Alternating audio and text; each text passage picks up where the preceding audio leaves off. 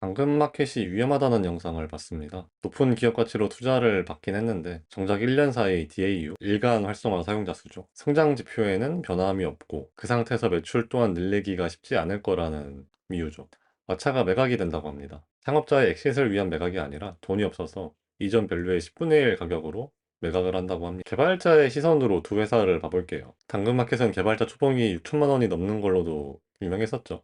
카락 후배, 당토 이런 말도 있었고요. 차도 자유로운 분위기, 개발 문화로 이전부터 인기가 있었던 걸로 압니다. 하지만 이러한 개발자인 우리한테 좋은 것과는 별개로 이 두 개의 회사는 돈을 못 봅니다. 영업이익은 늘 적자고요. 비단 이런 회사들 뿐만이 아니라 오늘의 집, 에이블리, 나아가서는 토스, 쿠팡 이런 회사들까지 개발자로서 돈은 잘 주고 개발 문화는 좋지만 정작 돈을 못 버는 회사들, 그런 회사들에 가도 괜찮을까요? 이를 말하기 위해서는 개발자들이 하는 일을 봐야 합니다. 갈수록 소프트웨어 개발자들이 더 많이 필요로 해지는데 그 이유는 뭘까요? 뭐 뻔하긴 하지만 IT, 어플 이런 것들이 갈수록 더 일상화가 되고 거의 모든 비즈니스에서 IT를 필요로 하기 때문이에요. 이제는 진짜 스마트폰 하나로 과장이 아니라 모든 걸 다 할 수가 있죠. 물건을 사고 파는 것과는 별개로 뭐 핸드폰 하나 가지고 차를 빌릴 수도 있고 음악을 듣고 영상을 보는 건 물론이거니요. IT랑 상관이 없을 것 같은 카페를 가도 다 이 어플을 가지고 적립을 해주죠. 이제는 웬만한 의류 브랜드에도 다 IT 팀이 필요하고요. 제조업을 가도 스마트 팩토리니 뭐니 해가지고 IT가 들어가고 우리가 좋아하는 IT 서비스 기업 스타트업뿐만이 아니라 어떠한 비즈니스든지 간에 그거보다 더 IT 기술이 필요로 해졌고 이를 위해 개발자들이 필요해진 거죠. 이러한 IT 기술을 통해서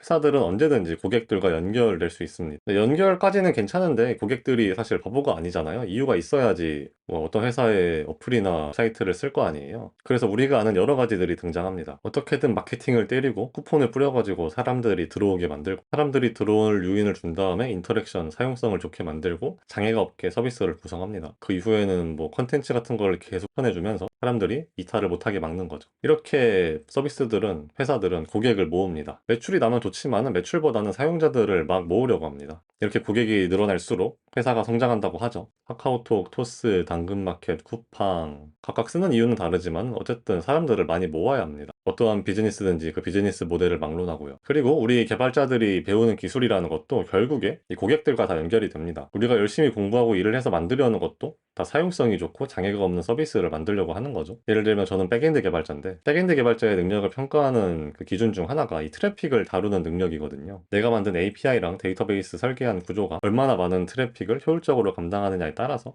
그 서비스의 품질이 결정 날 테니까요. 이런 영역은 사실 다분히 기술적인 영역이죠. 그런데 여기서 괴리가 옵니다. 갈수록 모바일로 몰리는 고객과 시장을 위해서 IT 기술이 필요하고 기술을 통해 사람을 모으는 게 가능하지만은 정작 이 사람을 많이 모으는 기술과 돈을 버는 건 아예 다른 얘기라는 거죠. 앞서 말한 것처럼 제가 트래픽을 잘 덜어서 장애가 없는 서비스를 만들었습니다. 근데 그렇게 만들었다고 해도 서비스 자체가 돈을 잘 못 벌어요. 당근마켓처럼. 그렇다면 나는 내 할 일을 잘하고 있어도 회사는 돈을 못 벌 수가 있습니다. 이건 회사의 비즈니스 모델 문제인 거죠. 오해하지는 마시고요. 제가 감히 당근마켓의 미래의 가능성을 평가한다 이런 게 아니라 그냥 지금 현재 상태가 그렇다는 거예요. 말하고 싶은 건 안정적인 서비스, 사용성 좋은 앱, 이러한 기술적인 것과 돈을 버는 건 다르다는 겁니다. 궁극의 기술로 비용을 절감하고 돈을 버는 것도 가능하긴 하지만은 이조차도 쉽지가 않습니다. 한창 핫했던 AI를 예로 들어보면은 AI를 가지고 공통적으로 말하는 것도 이 AI 기술을 가지고 돈을 버는 게 너무 어렵다. 다들 이렇게 말해요. IBM이 왓슨도 이젠 다 안 쓴다 그러고 그 유명한 딥마인드도 10년 동안 적자였다고 하죠. 아니 수나님 뭐 비즈니스는 제가 잘 모르지만은 그래도 회사들이 적자를 감내하고서라도 이렇게 성장하려는 이유는 있을 거 아니에요? 맞는 말입니다. 근데 이렇게 비즈니스의 구체적인 부분까지 말하는 거는 다음 영상으로 미루고요. 일단 말씀드릴 수 있는 거는 이렇게 사람을 모으고 성장하는 플랫폼식 스타트업의 성공 케이스가 우리나라에는 극히 드물다는 거예요. 카카오톡 말고는 말이죠. 토스, 당근마켓, 왓챠, 에이블리, 부릉, 컬리, 소카 이런 회사들 다 적자입니다. 그 유명한 배달의 민족도 적자 왔다 갔다 하고요. 쿠팡도 이번 분기에 8년 만에 처음으로 흑자를 냈다고 하지만 이것도 지속 가능성에 대해서는 논란이 많고요.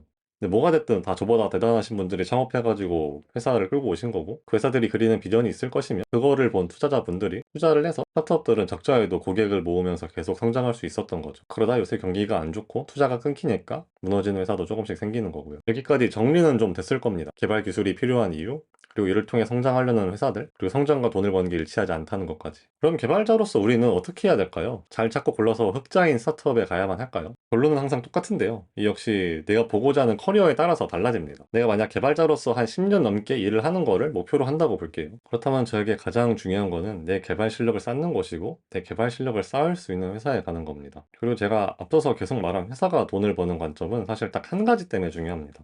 바로 내 월급 안 밀리는 거죠. 회사가 적자든 흑자든 사실 직원인 우리한테 알 게 뭡니까? 회사 흑자에서 성과금을 뿌리면 참 좋겠지만은 그럴 수 있는 회사는 IT 회사 중에 많지 않을 거고요. 회사가 적자여도 내 월급만 잘 나오고 회사만 안 망하면은 사실 그만 아니겠어요. 다만 적자여도 월급이 나오려면은 회사에 그만큼 돈, 투자금이 받침이 돼야겠지만 말이에요. 그렇기에 내가 가려는 회사가 개발적으로 많은 커리어를 쌓을 수 있고 월급이 끊기지 않을 정도의 사람은 나쁠 게 없습니다. 여기서도 세부 분야에 따라서 달라질 수는 있는데요. 내가 만약에 스트리밍 쪽에 관심이 있다 하면은 왓챠에서 일을 하는 게 되게 좋은 선택이죠. 오히려 못 가는 게 문제이겠지만요. 이 스트리밍 쪽에서 일을 한 경험을 가지고 왓챠가 아니라 다른 쪽 OTT 쪽이나 아니면 음악 쪽 스트리밍으로도 갈 수가 있는 것이고요. 내가 커머스에 관심이 있다 하면은 커머스 쪽 스타트업 얼마나 많습니까? 쿠팡, 무신사, 카카오스타일 이런 데뿐만이 아니라 진짜 많습니다. 이렇게 내가 분야만 정하면은 작은 스타트업에서 스타트를 끊고 점점 내 커리어를 쌓아가면서 이직을 하면 되는 거죠. 여기서 중요한 거는 내가 개발 현업에서 계속 일할 걸 생각을 한다면은 내 개발 분야와 일을 계속 발전시킬 수 있는 회사에 가는 게 중요하지, 회사가 돈을 버는 관점이 뭐 최우선이라는 건 아니라는 거예요. 그렇다고 해도 본인이 지금 있는 회사의 비즈니스 구조를 알아서 나쁠 건 없습니다.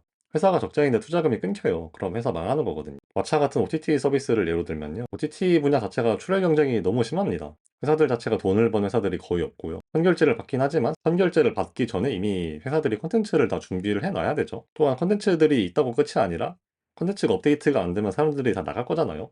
그래서 계속 재투자를 하면서 콘텐츠들을 계속 받고 아니면 오리지널 식으로 촬영도 계속 해야 됩니다. 이 콘텐츠 하나하나가 돈이 다 장난이 아닌 건 다들 아실 거니까요. 그나마 우리나라에 있는 티빙이나 웨이브 이런 회사는 모회사가 있으니까 돈을 막 써도 자금을 수혈받지만은 왓챠 같은 회사는 모회사가 있던 것도 아니고 이런 자금 경쟁에서 밀릴 수밖에 없던 거죠. 넷플릭스는 그나마 글로벌하게 전 세계를 대상으로 하니까 돈을 벌지, 그 넷플릭스마저도 항상 콘텐츠를 가져오느라 돈을 다 쓴다고 해요. 이렇게 내가 지금 있는 회사의 최소한의 비즈니스 구조는 알아야지 의사결정에 도움이 됩니다. 만약 내가 비즈니스를 아무것도 모르는데 회사의 기술이랑 연봉만 보고 들어갔어요. 그러다가 2년 안에 망해버리면 책임져 줄 사람 아무도 없죠. 내 커리어 상에도 당연히 안 좋을 거고요. 근데 내가 미래에 개발 현업에 계속 있는 걸 원하지 않을 수도 있습니다. 미래에 창업을 생각을 하거나 CTO를 생각을 하거나 그럴 수도 있죠. 그렇다면 개발 실력만이 전부가 아닙니다.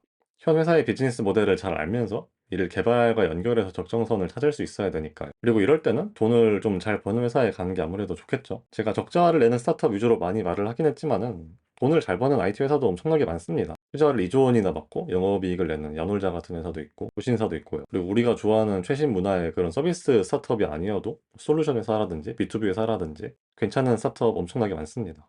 결국 본인이 보고자 하는 커리어에 따라서 어떠한 회사를 갈 것인가의 선택이 달라질 것입니다. 개발자에겐 개발 실력이 제일 중요합니다. 이건 당연한 말이죠. 내가 내 실력이 확실하면은 내가 있던 회사가 망하더라도 갈 수 있는 것은 여전히 많을 테니까요. 그렇지만 IT 업종 특성상 불안정한 경우가 분명히 있고 내가 그래도 안정성 있는 회사에 가고 싶다 한다면 개발뿐만이 아니라 최소한의 비즈니스, 재무 정도는 아셔야 됩니다. 그런 거 근데 잘 모르겠구나, 개발만 할래 하면은 그냥 경력 더 쌓아서 대기업 가시면 됩니다. 이게 뭐 절대적으로 옳고 틀리다 이런 게 있는 게 아니니까요. 특히 IT가 메인이 아닌 대기업들, 이런 것들은 개발 문화가 조금 아쉬울 수 있지만은 안정성 하나는 보장이 될 겁니다. 어쨌든 현재 트렌드는 혹한기고 자생력이 있는 스타트업만 살아남을 겁니다. 그리고 이를 통해 우리나라의 스타트업 업계 판도가 바뀔 수도 있고요. 뭐가 됐든 본인의 커리어를 잘 생각을 하시고 본인에게 맞는 회사를 가시기를 바랍니다.